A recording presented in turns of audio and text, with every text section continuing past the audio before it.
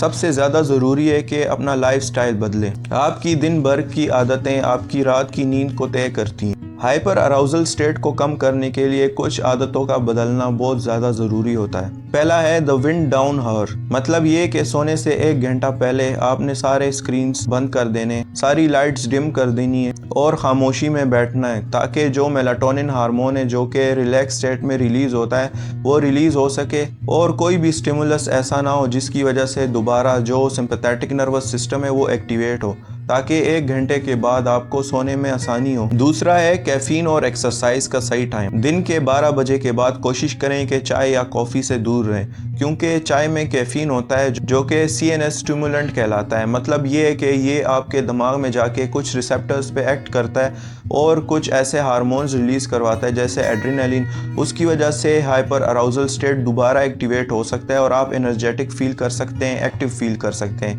جس کی وجہ سے نیند کا آنا کم ہو سکتا ہے اور آپ کے نیند پہ اثر پڑ سکتا ہے۔ اس کے علاوہ ایکسرسائز لازمی کریں، لیکن شام کے 4 یا 6 بجے سے پہلے کوشش کریں کہ آپ ایکسرسائز کر چکے ہوں، کیونکہ جب ایکسرسائز کی جاتی ہے تو اس کو باڈی ایز اے سٹریس یا پین فیل کرتی ہے، اور اس کی وجہ سے دماغ میں ایک ہارمون ریلیز ہوتا ہے جس کو اینڈورفن کہتے ہیں۔ یہ اینڈورفن بھی انسان کو اچھا اور ایکٹیو فیل کرا سکتا ہے اور اس کی وجہ سے بھی نیند میں کمی آ سکتی ہے۔